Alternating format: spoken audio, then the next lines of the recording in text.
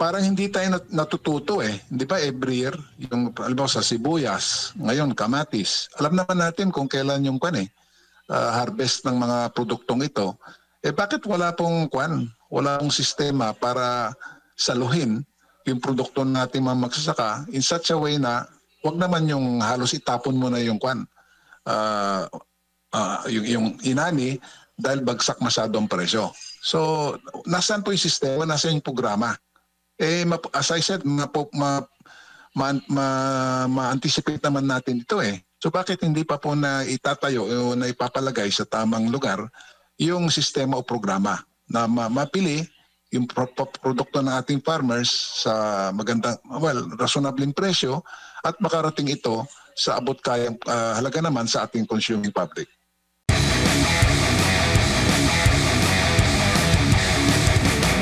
Unahin ko lang tong plano po ng NFA na taasan po yung kanilang buying price ng palay sa 24 pesos per kilo. Ano pong masasabi po ninyo dito?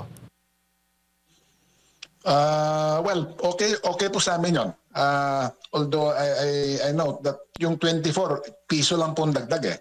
Kasi ang kasalukuyang presyo ay 23 sa mga yung tinatawag na clean and dry o tuyo na palay. So that's good para mas mas lalo pong inganyo ang farmers na mag-deliver po ng kanilang palay sa NFA. Opo. At ito naman po yung yung dami naman ng mga nakukuha na harvest ng NFA sa mga magsasaka. Nahihit ba yung target, Sir Leonardo? Ano bang masasabi mo? Ang isang malaking problema kasi ngayon, for example, dyan sa lalawigan ng Occidental Mindoro, ay punong-puno pa rin mga bodega ng NFA doon. Kaya kahit na gusto ng farmers mag-deliver, eh hindi rin tatanggapin ng NFA kasi walang spasyo sa kanilang mga bodega. So masyado pong hindi po nakakabili ang NFA because of the problem sa warehouse congestion.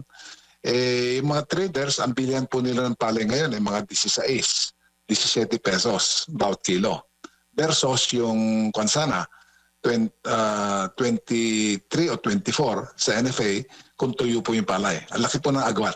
Opo. So sana po malutas agad ng NFA yung issue po ng yung bakit hanggang ngayon ay congested po yung kanilang bodega. Although nagpalabas si Secretary Laurel, maalala natin ng emergency food declaration para ma-justify po yung paglabas ng bigas mula sa NFA at ibenta po ng mura sa LGUs sa Kadiwa, tila may kabagalan po yung unloading from the NFA bodegas ng kanilang stocks. At the same time, on the LGU side yata, tila pakonti-konti pa lamang ang LGUs na sumasali sa programa. Opo, pero yung mga bodega, ang NFA na po yung nagmamanage, hindi po yung LGU mismo. Hindi tumutulong. Wala namang hindi pa. Kasi sa ilalim po ng ating sistema, sa ating batas, ang talagang may hawak ng buffer stocks NFA talaga. Yung LGU lang, kumukuha lang sila ng bigas from NFA, first of all, kung may kalamidad, or in this case ngayon, meron pong emergency declaration sa bigas, kaya nakakabili po sila ng bigas sa mas murang halaga. Opo. Thank you, Sir Leonardo. Si Partner Admar po para po sa mga karagdagang katanungan po sa inyo. Thank you. Opo, magandang umaga po, Chairman. Ito pong sinasabing maraming mga natenggang palay sa bodega ng NFA, hindi po ba ito nabawasan? Kasi nga po, di po ba ay pinahintulutan na silang makapagbenta ng kanilang mga stock ng bigas dyan po sa public? Opo, dapat talaga na nababawasan talaga dapat yung spasyo sa mga bodega ng NFA upang sa ganon makabili po sila ng mga bagong aning palay sa ating farmers at meron din po silang pag-iimbakan. Ang problema nga po, bakit mabagal po mismo yung pag-withdraw ng bigas o kundi kaya palay, kasi baka may maraming palay pa po dyan, gigilingin pa ng NFA. Bakit mabagal po yung prosesong yon? Yun po hindi naintindihan ng ating magsasaka at masyado po silang nababarat po ng ilang mga trader. Opo, at ito pong namomonitor po ninyo na merong pang mga natenggang mga palay. Certain lugar lang po ba ito or lahat ng mga warehouses po nila? Specific na reports na umabot sa akin so far dito sa Occidental Mindoro, pero hindi po ako magtataka kung may similar problems na nangyayari ngayon din sa ibang dako po ng Pilipinas. Kung saan po yung mga bodega ng NFA ay hindi po nila na-manage ng mabuti yung kanilang stocks. Kasi dapat sana nito, Admar, bago anihan, kagaya po ngayon, anihan po, nag-umpisa ng February, dapat most of the bodega space ng NFA ay dapat, tawag dito, empty na ngayon. Because, alam naman natin, lalo na yung nakarang taon, daming mga bagyo, dapat many of the old stocks of NFA dapat po na-release nila for calamity assistance, especially through the DSWD at saka LGU. Bakit ang laki pa ng kanilang volume ng inventory? So, bakit nakaganon?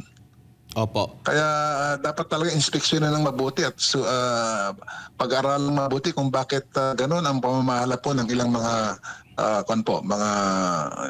branches ng ating National Food Authority. Opo, para at least alam lang po ng publiko ang kalakaran po dito. Pag sinabi po natin na marami pang mga natenggang mga palay, ibig sabihin po ba nito kayang makontrol or pwedeng mababa ang bilihan ng palay or posibleng hindi sila bibili ng palay dahil meron pang mga nakaimbak at nang sa ganun hindi mataas or kumbaga kaya nilang kumuha ng profit doon sa mga pagbibili at saka pagbebenta ng bigas. Opo. Ang NFA, siyempre may meron silang procurement fund, ika nga. Ito ay budget para pagdating ng anihan, lalo na po ngayon, mabibili nila yung palay ng ating mga magsasaka at ma-build up na naman yung kanilang inventaryo o yung reserve stocks. Ang problema ngayon, hindi po nila na-manage ng mabuti yung kanilang inventory. At sabi ko nga kanina, dapat since sa nakarang mga buwan, ang daming bagyo, wala pang masyadong ani, dapat by this time, most of the stocks of the NFA sa kanilang bodega, dapat wala na po yan, na-release na po, na-ibenta na po either sa DSWD o sa LGU.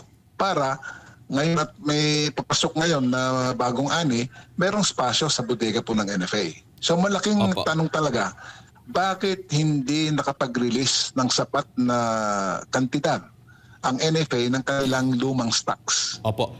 Sir, bakit nangyaring ganon? Opo. Sa ilalim po ng emergency, yung food security emergency, pwede na silang magbenta. Pero bago pa man ito, intended lamang ang mga bigas sa NFA para sa mga kalamidad. Baka hindi po bumili or meron pang supply ang DSWD tsaka yung mga LGU na intended para po sa kanilang mga relief. Yun ang dapat nila. Magkaroon sila ng tamang management ng kanilang stocks. Kasi normally kagaya na sinabi ninyo, ang stocks na tinatawag ay buffer o reserves ng NFA, intended lamang yan para sa mga calamity relief, di ba? Pero aside from that, dahil po dito sa emergency food security na nadeklara ni Secretary Laurel, allowed din ngayon ang NFA na magbenta kahit wala pong calamity. Opo. Okay, so they're allowed now to mag-withdraw ng kanilang mga stocks mula sa bodega, either in rice form or in palay. Kung palay, gigiliin pa yan siyempre. Tapos ibebenta po nila yan ng mura sa LGU sa Kadiwas para magkaroon po ng greater withdrawals from the NFA warehouses. Opo. Ganun po sistema ngayon. Opo. Kayo po'y nagtataka po ba dahil ngayon lang ito nangyari na meron pang mga natitenga na mga palay sa mga warehouses, considering nabanggit nyo po, 5 magkakasunod na mga bagyo ang nanalasa dito po sa Luzon area. So hindi talaga nabawasan at meron pa talagang mga naka-imbak dyan. And papalapit na rin po yung harvest season. Ngayon pong Marso ata, no? Kalagitnaan ng taong kasalukuyan. Actually, nag-umpisa na po yung anihan, although ang peak niyan will be next month, sa March. Pero very unusual po yung nangyari ngayon. Kasi as I said, normally, from let's say mga July to December, maraming bagyo yan. So talagang you will expect na malaki ang bawas, malaki ang withdrawals ng bigas mula sa mga NFA warehouses. Hindi po ba? Para gamitin po sa calamity relief. So that pagdating po ng buwan ng ngayon, February, March, halos walang laman po, na stocks ang NFA. Kaya ma-absorb ngayon ng NFA yung mga palay po na bagong ani. Yan po, at ma-build up na naman po nila yung kanilang buffer stocks. Ngayon po hindi kaya nga, as I said, napilitan siguro Secretary Laurel magpadeklara ng emergency para magkaroon po sila ng basis para magbawas o mag-withdraw ng NFA stocks kahit na walang calamity. Opo. Ganun po. But even then, mabagal po sa nakita namin, mabagal po yung yung galaw po ng mga lumang stocks ng NFA para maka-absorb sila ng mga bagong ani. Opo, kasi ito po yung kautusan para nga maging stable or mapababa pa ang presyo ng bigas. At the same time, makakabenepisyo din ito sa mga magsasaka dahil kung wala na mga stock, maaari na silang makapag-bili. At kung ito nga nabanggit nyo po na may mga area pa na punuan or nakatenga pa, so parang hindi sila sumusunod sa naging utos na magbenta na ng kanila pong mga stock. Kasi dalawang pamamaraan na para ma-dispose po yung kanilang mga stocks po dyan para sa calamity and at the same time para na rin sa consumption ng taong bayan ang bibili din dyan yung mga lokal na pamahalaan, di po ba? Siguro ang problema ngayon, Admar, kahit sasabihin ng DAO, nandito yung aming mga bigas na handa kaming ibenta ito sa LGUs ng 33 pesos per kilo. Kung mabagal naman yung mabagal yung response naman ng LGUs. Kasi siyempre, dadaan pa sa, kailan magpapas pa sila ng ordinance, maglaan ng pondo para bilhin po yung bigas ng NFA. Tapos siyempre may mga ihanda pa yung mga kung saan ibibenta, etc. And then since papasok na po tayo sa ban on election spending sa mga LGUs, kung wala pong permiso ang COMELEC, hindi sila makapagpapalabas ng pondo para saluhin po yung bigas ng NFA. So, yun siguro ang mga dahilan kung bakit may kabagalan talaga yung pamimili ng mga LGUs ng mga stocks mula sa NFA. So, ang NFA naman, dahil doon, siguro, na masyadong naantala naman yung kanilang pagre-release po sa mga bodega ng kanilang mga bigas. Pag ganito, So it's a management. Ang laking managerial dito. Kumbaga, sa tingin ko, mismanagement ito, Admar kung bakit inalaw po ng NFA na humantong po sa ganitong sitwasyon ngayon. Opo. Kumbaga, sumasalamin din ba ito po, Chairman, sa iba pang mga produkto natin? Kasi dito nga na meron na mga warehouses, i-manage mo na lang, how much more doon pa sa iba pa nating mga produkto. Kaya hindi nakakapagtaka na biglang sipa, biglang baba rin yung presyo ng mga produkto po natin kasi hindi po yung tama yung management. Opo, at saka parang hindi tayo natututo Hindi ba every year, yung alam sa sibuyas, ngayon kamatis. Alam naman natin kung kailan yung harvest ng mga produktong ito. Bakit wala pong wala pong sistema para saluhin yung produkto natin mga magsasaka in such a way na wag naman yung halos itapon mo na yung yung inani dahil bagsak masyado ang presyo. So, nasaan po yung sistema, nasaan yung programa? As I said, ma-anticipate naman natin ito So bakit hindi pa po na itatayo o na ipapalagay sa tamang lugar yung sistema o programa na mapili yung produkto ng ating farmers sa magandang, reasonabling presyo at makarating ito sa abot kayang halaga naman sa ating consuming public. Sir, gaano po kahalaga na real-time yung data sa pagpaplano po? Kaya ba ng ating government na magkaroon ng real-time data para kumbaga systematic yung pag-aangkat, pag-aantay dahil meron namang aanihin, hindi mo na mag-aangkat kasi napakarami pa ng supply para maiwasan po yung mga tinatapon na lang po kahit saan dahil nga po sa mababang buying price nito? I think so dahil with all this yung mga bagong tawag dyan digital tools, di ba?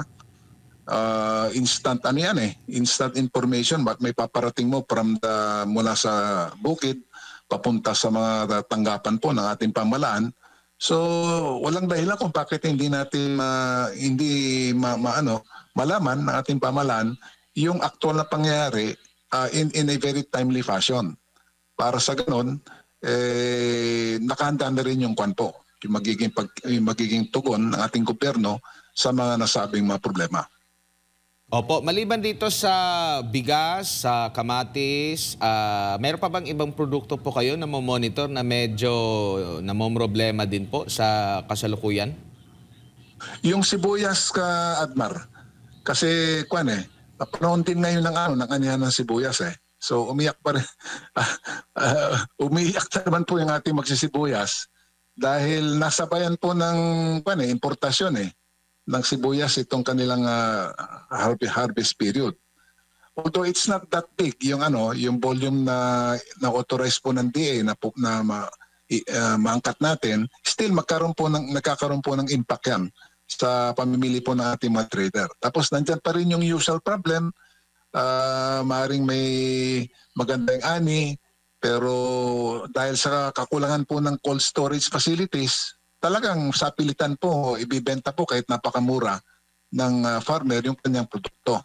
So again, that problem of lack of cold storage facilities, ang tagal na po natin narinig yan although as of late, the past few years naman, may mga series naman of cold storage plants na itinatayo sa iba't ibang dako ng Pilipinas, pero kulang na kulang pa rin po yung bilang po ng nasabing mga And then the problem pa at ng yung peste, yung tinatawag na army worm. Oo, bakit hanggang ngayon wala pa tayong programa para ma-anticipate at saka pag tumama po yung yung dating ng mga army worms. Opo. Mayroon na tayong mga dapat. May Chairman, mga lunas na dapat tayong nakahanda. Naalala ko po nang nakapanayon po namin yung alkalde ng Bungabon Nueva Ecija noon. Talagang yan yung isa sa kanilang mga pinoproblema. Yet, isa pa sa kanilang gusto na mangyari na magkaroon din ng maraming mga scientists, yung mga soil scientists at titingin din doon sa mga kasi yun yata yung nakikita niyang problema para ma-check talaga. Kasi nung nakapunta din sila sa China, makita doon dahil dito yata parang 2 beses lang ata ang anihan kada taon po, Chairman. Doon sa ibang bansa, like sa China po, kaya nila na mas maraming beses, no? Yun ang kanilang nakikitang hamon sa kasalukuyan dahil kaya naman nating makipagsabayan at dihamak na mas masarap yung sibuyas na lokal kumpara po sa mga imported, Chairman. Opo, so dapat talaga pag-ibayuin itong paghahanap po ng mga gamot. As much as possible sana yung organic na gamot dito po sa mga peste na tumatama po sa mga sibuyas natin. Ikalawa, I suspect wala tayong magandang research program para ma-develop yung mas magandang varieties ng sibuyas na maaring mas matibay yan sa sakit or maaring it's possible mas early maturing para kaya na sinabi nyo, baka mas maraming beses isang taon pwede pong magtanim at mag-ani ng sibuyas. So a lot has to be done, R&D, tapos pati po sa mga paghahanap po ng mga let's say mga biopesticides para maayos po yung problema po ng mga peste, at saka cold storage facilities dapat. Opo. Sir Leonardo, si Jade po ito ulit. Huli na lang, dahil bukod nga doon sa sibuyas, problema din natin yung oversupply ng kamatis. May solusyon ho ba dito? Ganon din po eh. Wala tayong in place na sistema na siguro dapat dito pakikipagtulungan po ng local government units, tapos yung DA, meron namang marketing assistance service ang DA, the same with the DTI. Siguro i-connect din ang mga farmers natin sa mga nagpoproseso po ng kamatis, ginagawang ketchup, tomato paste, and other processed food items out of the kamatis. Dapat po lahat yan pagdugtong-dugtungin dapat natin eh. Para kung in case may sobra-sobra na produksyon ng kamatis, bibilin po ng mga processors para po sa kanila mga processing business. At hindi po malalagay sa alanganin yung farmer natin na basta na itatapon. Kasi alam mo, Admar, the other day lang, ang report sa akin doon sa isang grupo sa San Fabian, Pangasinan, 5 piso na raw yung 1 kilo ng kamatis. Kaya ngayon, punta tayo siguro sa palengke dito sa Maynila. Nagmura masyado din ang kamatis eh. Pero ang kawawang-kawawa yung ating mga farmer. Pero mo 5 piso, 1 kilo. Opo. Magkano ho ba, para na lang sa kaalaman po ng ating mga kababayan, magkano ho ba yung budget o pondo na inalalaan para po sa mga cold storage facility, Sir Leonardo? Depende rin kasi sa capacity ng cold storage facility. But easily yan siguro, yung moderate size siguro, siguro yan, mga tens of millions of pesos yan. Isa pong facility na let's say 5 to 10,000. Hindi ko na maalala kung bags yun o tonelada ang makakayanan. Kasi nga, paulit-ulit na lang po natin na pag-uusapan cold storage facility yung problema. Wala pang dapat by this time meron na tayong system in place, di ba? Opo. At parang palaging nagre-replay tayo imbis na magkaroon ng bagong napapanood. Oo nga po eh. Puros replay. Replay ang nating napapanood. Well, anyways, Sir Leonardo, maraming salamat po sa inyong pong oras at sa pagbibigay po ninyo ng impormasyon ngayong umaga. Sa ulitin po, mabuhay po kayo. Walang anuman, Admar and Jay. Thank you also. Ayun po mga kababayan, si Ginoong Leonardo Montemayor, ang chairperson po ng Federation of Free Farmers at dating Agriculture Secretary.